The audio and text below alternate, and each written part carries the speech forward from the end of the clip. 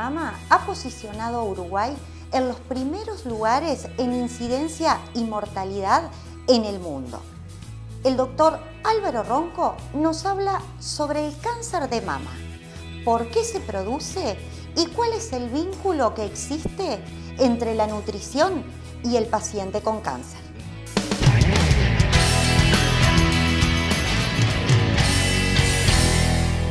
Bienvenido, doctor Ronco, a Hablemos de Salud. Muchas gracias.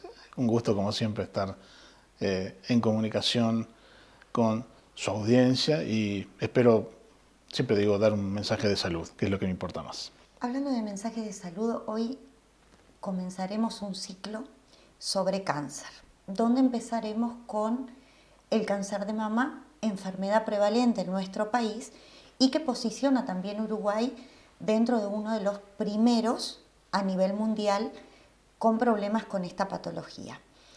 Doctor, ¿por qué se produce el cáncer de mama? Según lo que sabemos, hoy hay que reconocer el cáncer de mama como una enfermedad derivada del estilo de vida. Desde hace muchos años y por mucho tiempo se manejó siempre como que era, al ser un problema que es netamente de la mujer, no exclusivo, pero una relación de 100-1 pasa en la mujer, la glándula mamaria del hombre no es particularmente sensible a ciertas influencias. Entonces, la condición de riesgo fundamental era ser mujer. De ahí llevó a que se reconocieran que algo en las hormonas, en los estrógenos particularmente, tenía que ver. Y nos quedamos con eso durante mucho tiempo. Debe ser algo de las hormonas. Las mujeres están más expuestas a la acción hormonal, pero no se aumentaba mucho el conocimiento como para brindar una claridad mayor. Entonces, lógicamente, eso determinó también un criterio que después se fue manteniendo en el tiempo, que en definitiva para prevenir, como no se conocían bien las causas, para prevenir lo que había que hacer era tratar de diagnosticarlo lo antes posible. Y se demoró incluso hasta para eso. Entonces, hay varias responsabilidades. Cáncer de mama no tiene un factor fundamental como lo es el tabaquismo para el cáncer de pulmón. No hay nada comparable en oncología así, y menos en esto. Aquí lo que hay son factores de riesgo. En una época estuvieron muy fuertes dos elementos que son la historia familiar de cáncer, y cáncer de mama o de ovario sobre todo, que dejaban entrever un componente genético, quizás. Aunque no fuera demostrable, pero se sospechaba que podría haber algo genético, transmitido. Y la historia menstrual reproductiva. Por ejemplo, que una niña alcance la pubertad en edades muy tempranas, debajo de los 11 años. Que el periodo de vida genital activa, que implica muchas menstruaciones, sea muy largo. Y, por ejemplo, la menopausia llegue después de los 55 años. No tener hijos. El tener el primer hijo se manejaba en el entorno de los 30 años o más. No dar pecho, o casi no dar. Todos esos elementos significaban una mayor exposición a estrógenos y una menor exposición a otras hormonas que contrabalancean la situación, que son los progestágenos, la progesterona sobre todo.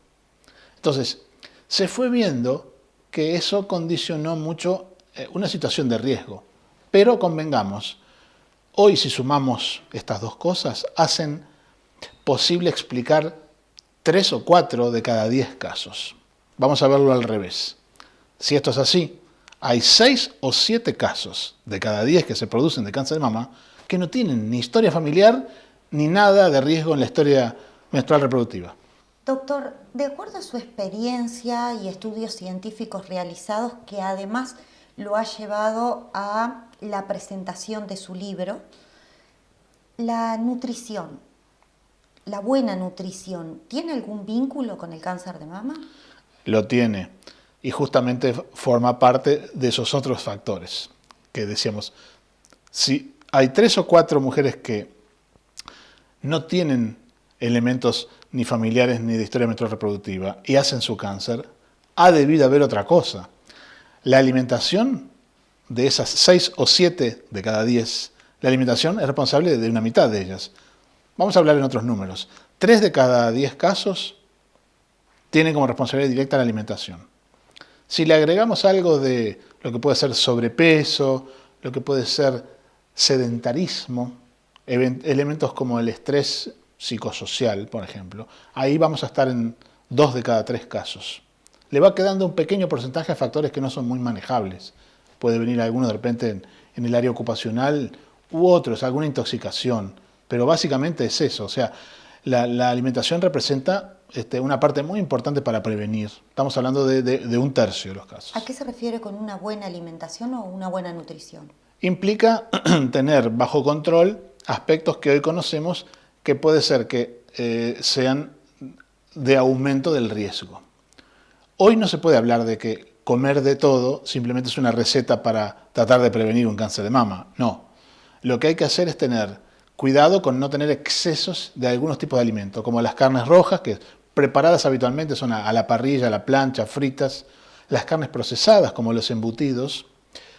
Esos son elementos que se consumen en exceso y aportan cosas de la manera como las consumimos que aumentan las probabilidades de desarrollar un cáncer de mama. ¿Tá? No es un tema de privarse, ¿tá? Porque habrá quienes, aunque se priven de todo, igual pueden desarrollar la enfermedad. Esto es un tema de reducir las posibilidades. Es una moderación lo que estamos planteando como esquema general. En el caso de tener cáncer de mama, esto supongo que es súper beneficioso también. Exactamente. No todas las mujeres van a ser beneficiadas de la misma manera. Como nadie es sensible a un medicamento, el 100% no lo es. Pero son estrategias que tienen la ventaja con respecto a los medicamentos cuando uno recorta excesos y cuando corrige déficits, porque hay cosas que deberían estar en la dieta y no están. Cuando uno hace eso, no tiene riesgos implícitos. O sea, uno puede cambiar el estilo de alimentación y lo puede hacer sin el riesgo de enfermar. No hay efectos secundarios indeseables que esperar.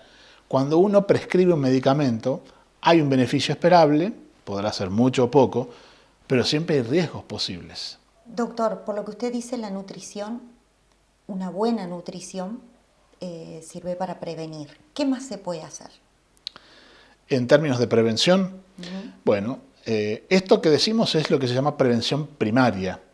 Las cosas que se pueden hacer para tratar de no enfermar o de reducir las posibilidades de que se desarrolle la enfermedad.